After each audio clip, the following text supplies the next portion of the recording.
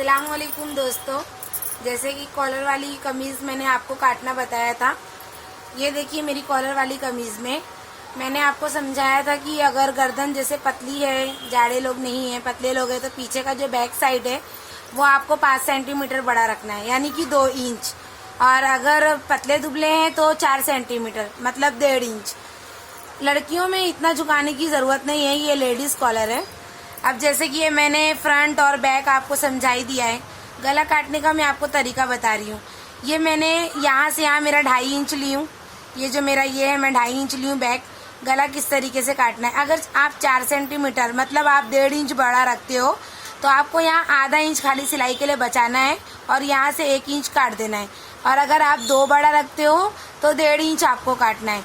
अब फ्रंट में देखिए, फ्रंट में यहाँ से यहाँ आपको 2.5 इंच लेना है कंपलसरी, और फिर यहाँ से यहाँ भी आपको 2.5 इंच लेना है। और ये इस तरीके से आपको डब्बा करके बनाना है, और जैसा गोल गला बनाते हैं आप वैसा बना दीजिए। पहले तो हमें ये 3 सेंटीमीटर पीछे का काटना है बैक, 4 बड़ा है तो 3, 5 बड़ा है तो 4। इस तरीके से आपको पीछे का गला काटना है 2.5 इंच लेके, और आगे का जो है वो 2.5 इंच लेके इधर भी 2.5 और इधर भी 2.5। अगर आपका कॉलर बड़ा होता है तभी आप जाके जो भी आपकी गर्दन में कॉलर का नाप आता है 14 इंच, 15 इंच, 16 इंच, जो भी कॉलर आपका आता है, तो आप ये पहले परफेक्ट काट लें। काटने के बाद आप कॉलर से नाप लें। अगर ये शोल्डर जॉइंट करने के बाद आपका गला छोटा होता है तो आप सिर्फ आगे का गला छाटिए। 3 से 3.25 इंच खाली आगे का गला छाटना है आपको, पीछे का आपको बिल्कुल कुछ भी नहीं करना है। जिस तरीके से ये आपका बैक 1.5 इंच बड़ा है। अब ये मैं आपको कॉलर काटने का तरीका बता रही हूँ। ये आप एक सीधा सा एक कप ले लीजिए 3 इंच का, और अगर मैं आपको दूसरी वीडियो में, नेक्स्ट वीडियो में मैं आपको कॉलर कटिंग करने का तरीका बहुत अच्छे से और इसका गला दोनों बताऊंगी कि मतलब ये किस तरीके से आपको काटना है। और नीचे के कैनवस एक बार हम बना देते हैं तो किस तरीके से हमें अपने कैनवस को बचाना है।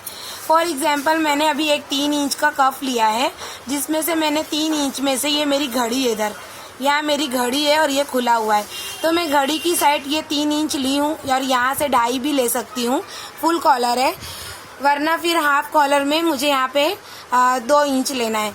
तो ये जितना भी रहेगा मुझे उसका आधा करना है। जैसे कि ये 3 इंच है तो उसका आधा मैं ये 1.5 इंच करूँगी। इसके सामने ये मैंने 1.5 इंच का मार्क करी, और यहाँ से 2.5 इंच लेके ये जाके सर्क्यूलर इसमें मिला दी। अगर आप ऊपर का जितना अच्छा बनाते हो तो आपका नीचे का ऑटोमेटिक अच्छा बन जाएगा। आपको ये बहुत अच्छे से बनाना है। इसका मेरे पास कटिंग का वो फर्मा भी है। मैं आपको बहुत सिर्फ कॉलर कटिंग करने का बहुत अच्छे से तरीका बताऊंगी, आपको कैनवस बचाने का तरीका बताऊंगी। तो जिस तरीके से मैं यहाँ 2.5 इंच ली हूँ, इसी तरीके से मैं यहाँ भी 2.5 ले लूँगी। और 1 इंच का अगर आपको चौड़ाई चाहिए तो आप 1-1 इंच, 1-1 इंच, एक बार ये आपका सर्कुलर अच्छा बन गया तो आपका नीचे का भी अच्छा बन जाएगा। अगर आपको मान लीजिए कि ऐसा गोल राउंड नहीं चाहिए तो आप ये गोल मत कीजिए, खाली ये नोक ऐसे मिला दीजिए कि जैसे कि ये एकदम सीधा लाइन है, ये सीधा। तो आप यहाँ से आधा या 1 इंच अंदर करके इसको ऐसा मिला दीजिए, और अगर आपको गोल चाहिए तो आप ऐसा गोल कर लीजिए। ठीक है दोस्तों, ये तो मैंने आपको एक बुक में बताया है किस तरीके से आपको गला काटना है। अब इसकी जो कटिंग है वो मैं आपको नेक्स्ट वीडियो में बताऊंगी। ये है मेरा कॉलर। कभी भी ये कॉलर जब हम इस आयरन करते हैं तो बाज़ बच्चे क्या करते हैं, आड़े में आयरन कर देते हैं। तो आड़े में आपको बिल्कुल नहीं करना है। ये मेरा पहला एक कपड़ा है जिसे मैं इस तरीके से किनारी आनी चाहिए। अगर हम लड़के लोग का शर्ट भी काटते हैं, कफ चिपकाते हैं, कॉलर चिपकाते हैं, तो हम क्या करते हैं, इस तरीके से चिपका देते हैं। नहीं, किनारी जहाँ हमारी आती है कॉलर को हमें ऐसे रखना है, ना कि बल्कि ऐसे रखना है। अब ये हमने किया, मैंने पहले ही इसको एक कपड़े में आयरन कर लिया है। जहाँ से हमारा सर्क्यूलर बनता है वहाँ से हमको ये देखिए स्टिचिंग, सिलाई करनी है ऐसे, और एक तरफ की फोल्डिंग। ये फोल्डिंग पहले अच्छे से इस्त्री कर लीजिए। इस्त्री करने के बाद ये कपड़े को अंदर डाल के सीधे पे एक दाम मारिए या बड़ी सिलाई मार के बाद में खोल दीजिए। नेक्स्ट कपड़ा मेरा लेना है। नेक्स्ट कपड़ा भी मेरा इसी तरीके से होना चाहिए, किनारी ऐसी होनी चाहिए, इसमें कपड़ा खींचता नहीं है तो कॉलर ऐसे अच्छा बैठता है। और इस तरीके से देखिए दोस्तों, मैंने कॉलर को रख दिया है, और रख के यहाँ से अपनी स्टिचिंग को फिनिशिंग से कैनवस के नीचे से इस तरीके से निकाल दिया है। अब मैं इसको कटिंग कर रही हूँ, और ऊपर से सिर्फ मुझे एक दाब कपड़ा बचाना है अपना, ज़्यादा नहीं रखना है। जितना मुझे सिलाई करनी है मैं सिर्फ उतना ही कपड़ा काटूंगी। देखिए, इस कपड़े को मैं हटा दूंगी। अब ये नीचे का है, जैसे जैसे ये मेरा सर्क्यूलर गया है इसको मैं एकदम फिनिशिंग से ऐसे काटूंगी।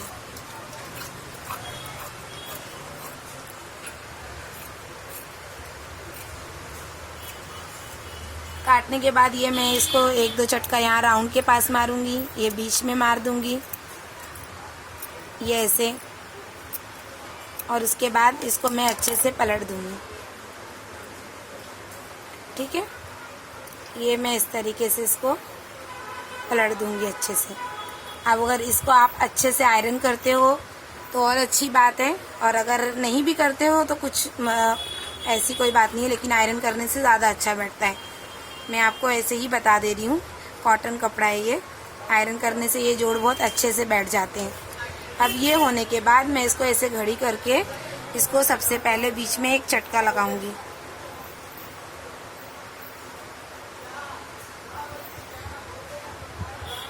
ये देखिए, बराबर करके यहाँ एक बारीक सा झटका लगाऊंगी। झटका लगाने के बाद ये मेरा कॉलर रेडी हो गया है। जैसा कि मैं आपको बोली थी कि ये जो गला है मेरा आगे का है और ये मेरा बैक है, इसको मैंने पहले ही सिल लिया है। मैं सिर्फ आपको कॉलर लगाने का तरीका बता रही हूँ, जो भी मेरी कटिंग वटिंग है मैं आपको दूसरी वीडियो में बताऊंगी। पीछे से मैंने आपको जैसा बताया था 3 सेंटीमीटर ही आपको उड़ाना है और यहाँ से 2.5 इंच। हाँ तो दोस्तों, जैसे मैंने आपको ये बताया, आगे का आपको 2.5 इंच काटना है, पीछे का 3 सेंटीमीटर या 1 इंच काटना है गला आपको। अब इसको आप ये कॉलर से नाप लीजिए, ये मैंने बीच का मार्क किया है। ये देखिए, अगर ये बराबर आ गया तो ठीक है, देखिए मेरा एकदम बराबर है। अगर मेरा ये गला इतना छोटा आता तो मैं यहाँ से आधा इंच और काट देती, मगर पीछे से बिल्कुल नहीं। अब कॉलर लगाने के लिए मैं उल्टे से लगाऊंगी, और ये चटका मैंने मार ही लिया है। परफेक्ट। ये मैं एक मार्क कर लूंगी, इधर उल्टे पे से लगाऊंगी, यहाँ से इसको रख के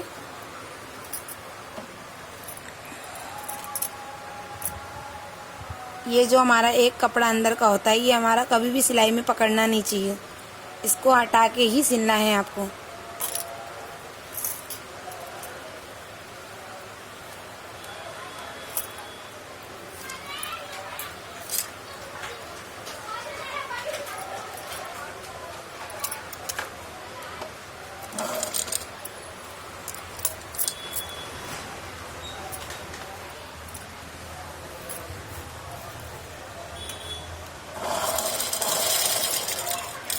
उल्टे पे रख के आपको नीचे का हिस्सा सीधा वाला, और ये जो शोल्डर की कंधी होती है ये आप आगे करे चाहे पीछे करे कोई वो नहीं, लेकिन अगर आगे रखते हैं तो ज़्यादा बेहतर है।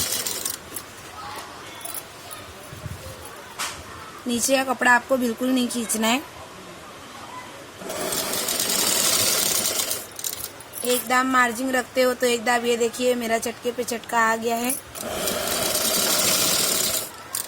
1 सेंटीमीटर मार्जिन रखते हो तो 1 सेंटीमीटर, लेकिन एक दाब रहेगा ज़्यादा सही है। अगर 1 सेंटीमीटर आप रखोगे तो आपका गले का जो फैलाव है वो ज़्यादा हो जाएगा। ये जो कंधी है हमारी वो आगे साइड ही रखें। लड़के लोग का भी ज़्यादातर अक्सर शोल्डर जॉइंट करने के बाद आगे ही रहता है।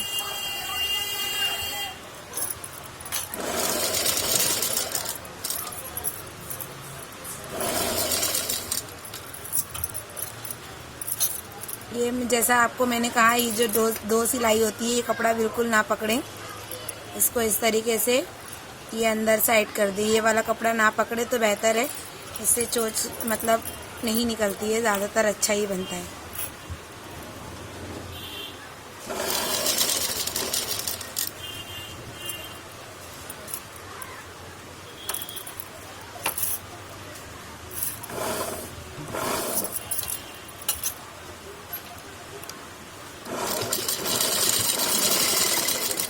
ये मैं सिल चुकी हूँ, इसको मैं 1-2 चटका मार दूंगी। जहाँ जहाँ मेरा राउंड शेप ज़्यादा है, सर्कुलर जहाँ हमारा ज़्यादा रहता है, वहीं पे हम थोड़ा चटका मार देते हैं। इतना घना चटका लगाने की ज़रूरत नहीं है। उल्टे पे आपको उल्टा रखना है, नीचे वाला साइड। अब ये मेरा सीधा है फ्रॉक, ये देखिए ये वाला पल्ला हमको उठा के इसको अंदर डालना है इस तरीके से। ये देखिए मेरी चोंच बिल्कुल नहीं निकली है। अगर आप सिलाई बगल से लगाते हो तो और ही अच्छा है। यहाँ ये एम्ब्रॉयडरी वर्क है, इसमें इतना धागा हमारा दिखेगा नहीं, तो आप यहाँ से भी स्टार्ट कर सकते हो, लेकिन बेहतर है या तो बीच के चटके से सिलाई स्टार्ट करके यहाँ से जाके पूरा मारे, या जो हमारा शोल्डर है उधर से लगा के धागा उधर जाके इधर से आके ऐसा मारे। लेकिन ये मेरा वर्क वाला है, इतना इसमें धागा दिखेगा नहीं ओपन, तो मैं इसको एकदम स्टार्टिंग से ही ले रही हूँ। अगर ये प्लेन होता या दिखने वाला सादा और सिंपल होता तो मैं इसकी स्टिचिंग यहाँ से करती या बीच से करती। ठीक है दोस्तों, एकदम टाइट आपको इस तरीके से लेना है और नीचे भी बार बार देखना है कि मतलब कपड़े में नीचे वाले झोल भी ना आए।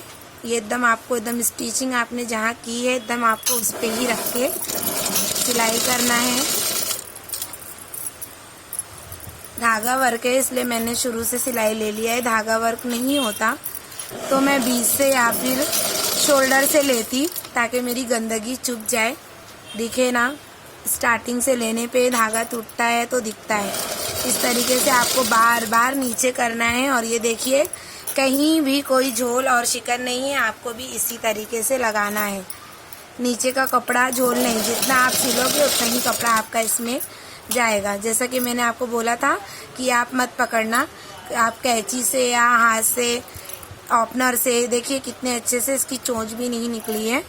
अक्सर लोग नोक निकाल देते हैं। नीचे के कपड़े को बराबर से खींचना है, कॉलर को बिल्कुल नहीं खींचना है।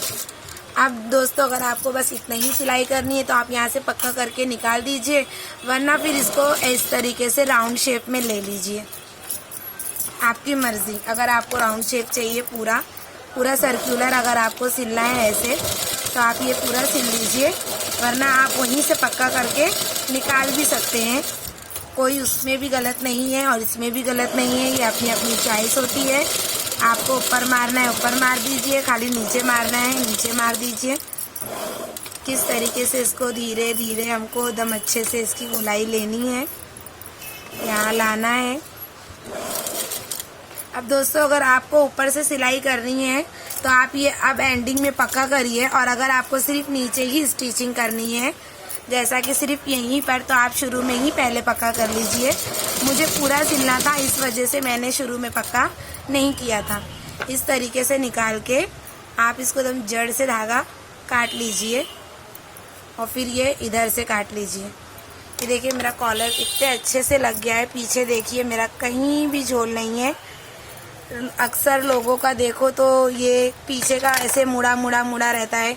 ये देखिए एकदम फिनिशिंग। ये पीछे का बैक साइड दिखा रही हूँ मैं आपको, और ये मेरा फ्रंट है। अब मैं आपको ये दिखा रही हूँ।